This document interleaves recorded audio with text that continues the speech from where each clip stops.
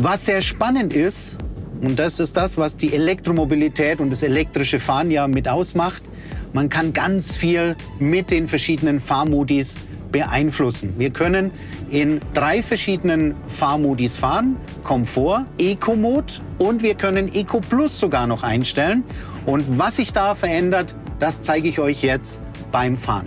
Im Komfort-Mode habe ich volle Leistung zur Verfügung. Ich habe einen linear verlaufenden Drehmomentverlauf. Ich habe volle Heizleistung, volle Klimaleistung. Wenn ich jetzt umschalte auf Eco-Mode, dann habe ich schon komplett andere Fahreigenschaften in dem Fahrzeug. Das heißt, der Drehmomentverlauf ist nicht mehr linear, der ist so ein bisschen zurückversetzt. Hilft mir dabei natürlich, möglichst effizient unterwegs zu sein. Ich habe gleichzeitig auch eine Reduzierung der Kühl- und auch Klimaleistung. Weiterschalten kann ich das Ganze jetzt noch auf Eco Plus Modus. Diesen Modus brauche ich, um maximale Reichweite zu erreichen. Hier habe ich ein bisschen weniger Leistung zur Verfügung. Wichtig ist hierbei auch zu wissen, sollte ich jetzt aber mal beschleunigen müssen mit dem Kickdown-Modus, den wir ja auch von den Verbrennungsmotoren kennen, habe ich sofort natürlich wieder volle Leistung und das Fahrzeug beschleunigt auch entsprechend. Ansonsten ist bei dem Eco Plus Modus auch der Drehmomentverlauf natürlich zurückversetzt. Ich habe ein bisschen weniger Drehmoment zur Verfügung und nochmal eine Reduzierung in der Kühl- und auch in der Wärmeleistung.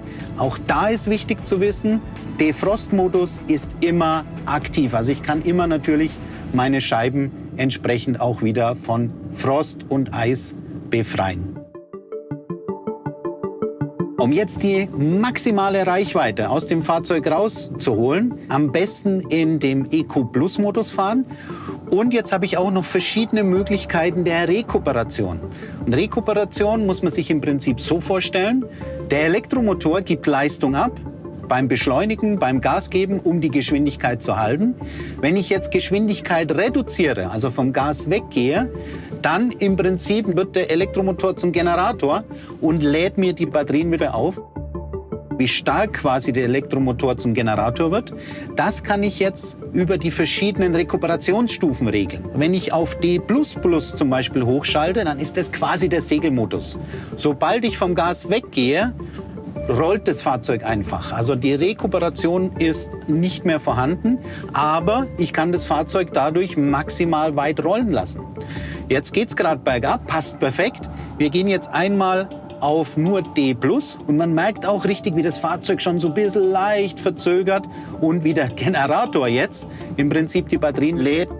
Und jetzt machen wir mal noch weiter, D- und da seht ihr schon, was ist. Wir werden immer langsamer und da sind wir in dem Bereich, wo man quasi von dem One-Battle-Fahren spricht. Das heißt, wenn ich auf D- bin und ich fahre möglichst vorausschauend, und zu dem Thema kommen wir gleich auch noch, dann brauche ich im Prinzip die Bremse fast nicht mehr einzusetzen. Wenn ich so im Verkehr mitschwimme, dann kann man einfach mit Gas geben, so wie jetzt, und mit weg vom Gas fast sich so ohne Bremse schon im Verkehrsfluss bewegen. Und ich habe den großen Vorteil, ich lade jedes Mal, wenn ich vom Gas dann wieder weggehe, auch die Batterien wieder in der höchsten Stufe auf.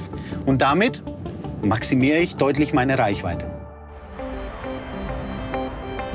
So, was auch noch ganz interessant ist, ist dann, wenn man eben so ein bisschen mit Topografie unterwegs ist. Man sieht es ganz gut, es geht hier jetzt entsprechend bergab. Das heißt, hier versuche ich jetzt möglichst über D+ oder sogar Plus+ das Fahrzeug in der Geschwindigkeit zu halten. Wenn wir hier jetzt zu stark rekuperieren würden, dann wird man zu langsam werden und dann jetzt geht es gleich wieder bergauf, einfach dann mit zu viel Gas wieder arbeiten müssen. Das heißt, immer wenn es bergab geht, ist es ganz clever, möglichst mit D+ oder D++ das Fahrzeug rollen zu lassen, ohne Gas, um dann, wenn es dann bergauf geht, entsprechend mit der Geschwindigkeit und möglichst wenig Gas dann wieder bergauf fahren zu können.